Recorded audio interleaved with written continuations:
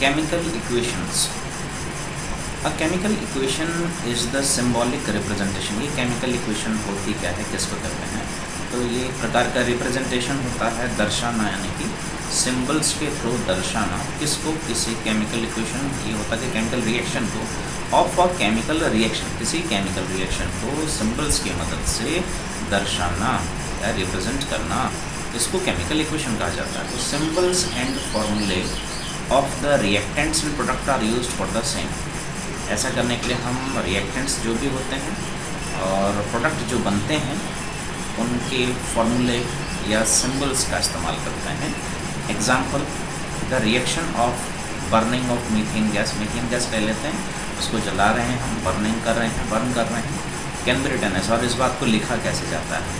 अगर हम एक गैस ले रहे हैं, उसका नाम मीथेन है, उसको हम जला रहे हैं, इस बात को हम लिखेंगे कैसे, केमिकल वे में कैसे लिखेंगे, केमिकल इक्वेशन बेसिस में कैसे लिखेंगे।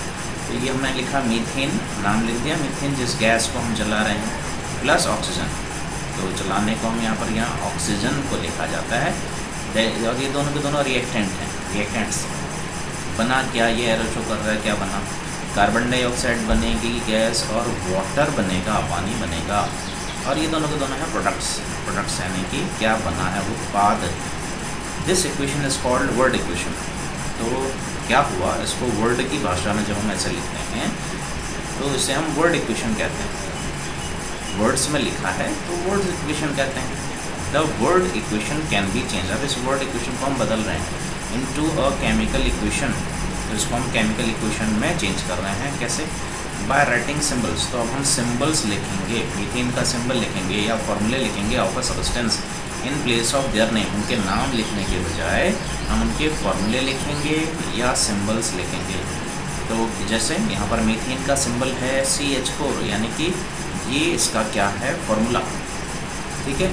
ये C कार्बन का सिंबल है, H हाइड्रोजन का सिंबल है, और जब ऐसे हमने लिख दिया कि CH4 तो ये इसका फॉर्मूला हो गया। तो मीथेन का ये फॉर्मूला है, और ये कैसी मीथेन, कैसी गैस थी, गैस को हमने plus 2O2 oxygen gas, then इसको हमने बर्न कर रहे हैं, ये हीट का सिंबल होता है, और प्लस देन हम क्या बना, CO2 कार्बन डाइऑक्साइड गैस बनी और पानी बना, 2H2O लिक्विड, ठीक है। तो ऐसे शो करते हैं। नेक्स्ट है writing a chemical equation.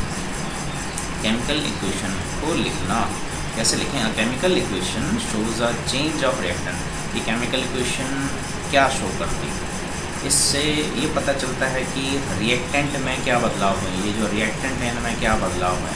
To product through an arrow. तो इस एरो के थ्रू पता चलता है कि अच्छा इससे ये बन गया, मतलब पहले ये था फिर उससे ये चेंज हो गया। Then through an arrow placed between, ये वाली एरो इस प्रकार से, ये वाला arrow placed between them on the left hand side. Left hand side मतलब ये साइड हो गया राइट हैंड, ये हमारा राइट हो गया, ये लेफ्ट हो गया। अगर हम ऐसे सीधे सीधे इसको देखते हैं तो one right hand and left hand, ठीक है। तो लेफ्ट हैंड और राइट हैंड। तो on the left hand side of the arrow, इस एरो के लेफ्ट हैंड साइड में रिएक्टेंट्स आर रिटन। ये इधर जो लिखे होते हैं उनको हम वहाँ यहाँ हम रिएक्टेंट्स को लिखेंगे written with a plus sign between them. जो भी रिएक्टेंट आपस में रिएक्ट होने जा रहे हैं उनके बीच में हमें ये प्लस साइन लिखना होता है, बिटवीन देम। सिमिलरली इसी प्रकार से on the right hand side, ऐसा ही राइट हैंड साइड में इस तरफ पे, ठीक है, are written with a plus sign. वहाँ पर हम प्लस साइन बीच में लिखते हैं कि क्या क्या चीज़ें बनी। द एरो हेड, और ये जो एरो हेड होता है, ये एरो का ये जो हेड है पॉइंट टूवर्ड, ये उस ओर को पॉइंट होता है, द प्रोडक्ट एंड, प्रोडक्ट की तरफ पे ये पॉइंट होता है towards the product and shows the direction of the reaction. इससे हमें रिएक्शन की डायरेक्शन पता चलती है कि किससे क्या बन रहा है, यानी जैसे इससे ये बन रहा है। अब हम यहाँ पर ये नहीं कह सकते इस एरो की वजह से, ये बिल्कुल नहीं कहा जा सकता कि इससे ये बन रहा है, नहीं, बिल्कुल नहीं। इस एरो को बनाने से हमें ये बेनिफिट मिलता है। The arrowhead points towards the product and shows the direction of the reaction. Example, the reaction between magnesium Mg and oxygen O2. Okay, यहाँ Mg और O2 ये दोनों के दोनों रिएक्टेंट हैं, आपस में मिले, resulting into the formation of magnesium oxide. इनमें रिएक्शन हुई और ये बनाया क्या इसने MgO। ये MgO क्या है, magnesium oxide, can be written as, और इसको ऐसे लिख देंगे। Then this one is reactants, यहाँ लिख दिया। Then this one is product. So in the above equation the number of magnesium oxygen atoms are not same. यहाँ पर मैग्नीशियम, देखो मैग्नीशियम, ये रहा मैग्नीशियम एंड ऑक्सीजन, और ये ऑक्सीजन के एटम्स, ये मैग्नीशियम का एक एटम है, यहाँ पर और भी कोई नंबर नहीं लिखा है, इट मीन्स मैग्नीशियम का एक एटम है। यहाँ पर O के ठीक बगल O stands for oxygen and 2 means atoms, तो ये 2 का मतलब कितने एटम हैं, तो ठीक है, और ऑक्सीजन के एटम 2 हैं, तो इसलिए यहाँ पर कह रहे हैं कि magnesium and oxygen atoms are not same on both side. दोनों तरफ इनके जो एटम्स हैं, नंबर ऑफ एटम्स, ये बराबर नहीं है। जैसे O2 है तो यहाँ पर O2 यहाँ नहीं लिखा है, यहाँ Mg1 है, Mg1 ठीक है, लेकिन O बराबर नहीं है।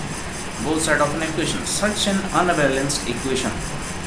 तो इस प्रकार से जब हम ऐसे लिखते हैं जिसमें ये number of atoms of reactants and number of atoms of product equal नहीं होते हैं, तब सच एन अनबैलेंस्ड इक्वेशन, तो ऐसे को हम अनबैलेंस्ड इक्वेशन भी कहते हैं और is called skeletal chemical equation. इस प्रकार से लिखे हुए को केमिकल इक्वेशन को हम स्केलेटल केमिकल इक्वेशन कहते हैं। ओके, इसके बाद हम पढ़ेंगे balanced chemical equation. Thank you.